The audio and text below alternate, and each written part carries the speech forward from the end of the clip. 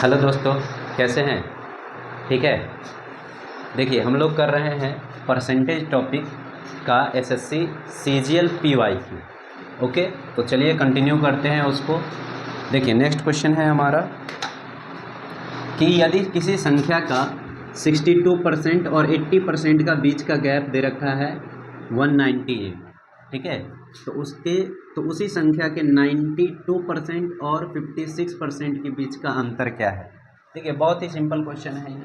इसमें हमें दे रखा है 62% और 80% का डिफरेंस कितना, 198 है ना। तो ये कितना होगा, इसको अगर हम माइनस करेंगे 80 में से 62%, तो कितना आ जाएगा माइनस करके, ये माइनस करके आ जाएगा हमारा 18 आ जाएगा। 18% का वैल्यू हमें ये दे रखा है और हमें निकालना है 92% और 56% का गैप। तो इसके बीच का गैप कितना है, इसके बीच का गैप है हमारा 36। तो 36% का गैप निकालना है। तो देखिए, इससे दुगना है ये, है ना, तो इसका भी दुगना कर देंगे तो वही आंसर हो जाएगा। तो इसका दुगना करेंगे तो आएगा कितना, 396, जो कि ऑप्शन सी है। यही आंसर हो जाएगा इसका। ओके, देखिए दोस्तों, नेक्स्ट क्वेश्चन है अब, if the length of a rectangle is increased by 40% and breadth is decreased by 20%, the area of rectangle increase by x%, then find the value of x। अब कह रहा है कि एक रेक्टेंगल के लेंथ को, ठीक है, लेंथ मतलब लंबाई को 40% बढ़ा दिया जाता है। तो 40% बढ़ाने का मतलब है 40% का वैल्यू होता है कितना, 2/5, ठीक है। इसका कहने का मतलब है कि पहले अगर 5 यूनिट लेंथ था तो अब 2 यूनिट बढ़ा दिया गया है, 2 यूनिट बढ़ा दिया गया है। तो देखिए, लेंथ हम लिखते हैं, पहले 5 यूनिट था तो अब क्या कर दिया गया है, 2 यूनिट बढ़ा दिया गया है, मतलब अब 7 हो गया है। फिर कह रहा है कि जो ब्रेथ है, ब्रेथ मतलब चौड़ाई, उसको 20% कम कर दिया गया है। 20% कम करने का मतलब है 20% को हम लिख सकते हैं फ्रैक्शन में 1/5, ठीक है। यानी चौड़ाई अगर पहले 5 था तो अब कितना कर दिया गया है, 1 कम कर दिया गया है। 1 कम करने का मतलब अब 4 यूनिट है। तो हमसे पूछ रहा है कि उसके क्षेत्रफल, उसका क्षेत्रफल यानी एरिया x% बढ़ जाता है। तो देखिए, कितना एरिया बढ़ा हम निकाल लेंगे यहाँ से। पहले का लेंथ ये था 5 यूनिट और ब्रेथ 5 यूनिट, तो 5 5 जा एरिया होता है रेक्टेंगल का लेंथ इंटू ब्रेथ, यानी लंबाई गुने चौड़ाई।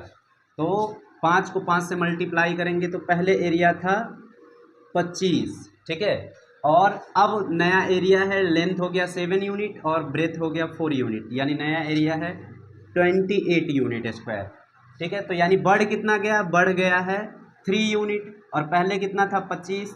इसको परसेंटेज में चेंज करेंगे तो वही आंसर हो जाएगा हमारा एक्स का वैल्यू, यानी अब बढ़ गया है कितना सॉरी 12% एरिया जो है इंक्रीज कर गया है, जो कि ऑप्शन डी है।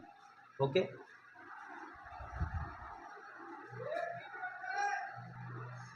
देखिए दोस्तों, अब नेक्स्ट क्वेश्चन है हमारा कि यदि किसी संख्या के 50% में 50% में 75 ऐड किया जाता है तो परिणाम वही संख्या होता है। तो वह संख्या है। तो देखिए, इस क्वेश्चन के लिए हमें पेन पेपर कुछ भी उठाने की ज़रूरत नहीं है। पहले से वो 50%, किसी संख्या का 50% लेना है और उसमें 75 जोड़ देते हैं तो वो पूरा संख्या आ जाता है। यानी ये 75 का वैल्यू 50% के इक्वल है। तो हमसे वो संख्या पूछ रहा है, तो संख्या क्या हो जाएगा, 100%, और 50% अगर 75 है तो 100% कितना होगा, 150, जो कि ऑप्शन डी है। ओके,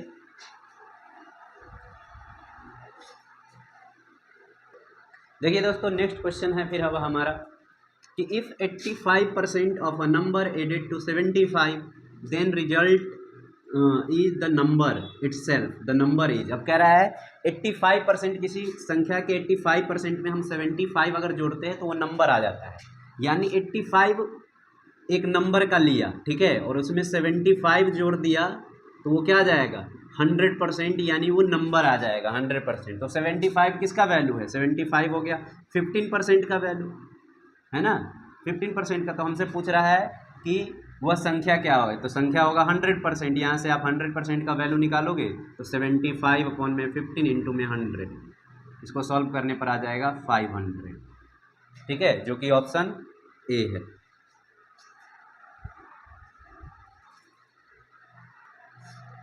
देखिए दोस्तों, अब नेक्स्ट क्वेश्चन है हमारा, यदि चीनी के मूल्य में 22% की वृद्धि होती है, ठीक है, तो कोई व्यक्ति अपने खर्च में केवल 12% ही वृद्धि करना चाहता है, तो उसके खपत में कितने प्रतिशत की कमी होगी। कहने का मतलब है कि चीनी का दाम 22% बढ़ गया, तो हम मान लेते हैं पहले चीनी का दाम 100 रुपया था, ठीक है, और 22% अब अगर बढ़ गया है चीनी का दाम तो कितना हो जाएगा, 100 का 22% आप निकालोगे यानी 22%, तो 22 ही आएगा, इसमें जोड़ देंगे तो अब नया प्राइस हो जाएगा 122, ठीक है। अब कह रहा है कि व्यक्ति अपना खर्च 12% ही बढ़ाना चाहता है। तो देखिए, मान लीजिए पहले व्यक्ति 1 किलो चीनी खरीदता था 100 रुपये में, ठीक है, अब कहा कि चलो 100 रुपया नहीं खर्च करेंगे, 12% और खर्च कर देंगे, तो ये 12% अपना खर्च जो है इंक्रीज करता है, ठीक है।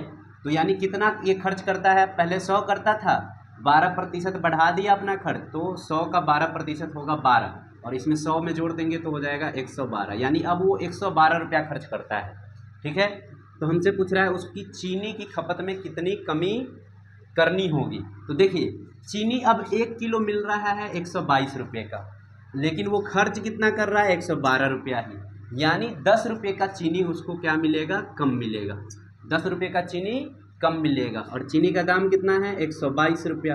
तो यहीं से हम इसको परसेंटेज में चेंज कर देंगे तो आंसर आ जाएगा हमारा, ठीक है। तो इसको अगर आप हम परसेंटेज में चेंज करेंगे तो कितना आएगा, 50 61 यानी 500 कौन में 61 8 488 बचा कितना 12, यानी 8.2 के समथिंग आएगा, ठीक है, 8.2 के समथिंग आएगा, जो कि ऑप्शन सी है।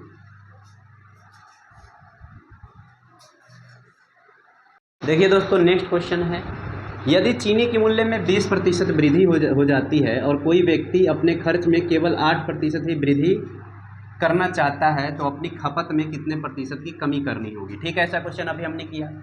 मान लेते हैं कि चीनी का दाम 100 रुपया था 1 किलो का, अब 20% चीनी का दाम बढ़ गया, यानी कितना हो जाएगा 120 हो जाएगा, है ना। 100 का 20% आप निकालोगे तो 20 ही आएगा, और 100 में जोड़ेंगे तो 120 हो जाएगा। अब कह रहा व्यक्ति मान लीजिए पहले 100 रुपया में चीनी खरीदता था और वो 8% अपना खर्च बढ़ा देता है, 8%, तो 100 का 8% 8 ही होगा, यानी अब वो खर्च करता है 108 रुपया। ठीक है, तो कह रहा है उसकी खपत में कितनी कमी हो जाएगी। तो देखिए, चीनी मिल रहा है, पहले जितना खरीदता था उतना मिलेगा 120 में, लेकिन वो खर्च कर रहा है 108 ही, यानी 12 रुपये का चीनी उसको क्या मिलेगा, कम मिलेगा। ठीक है, और 120 चीनी का दाम है, तो यहाँ से हम इसको परसेंटेज में बदलेंगे, यही हमारा आंसर होगा। 12 से 120, 10 से और 10 से 10, यानी 10% जो है उसका कंजप्शन यानी खपत कम हो जाएगा, जो कि ऑप्शन ए है।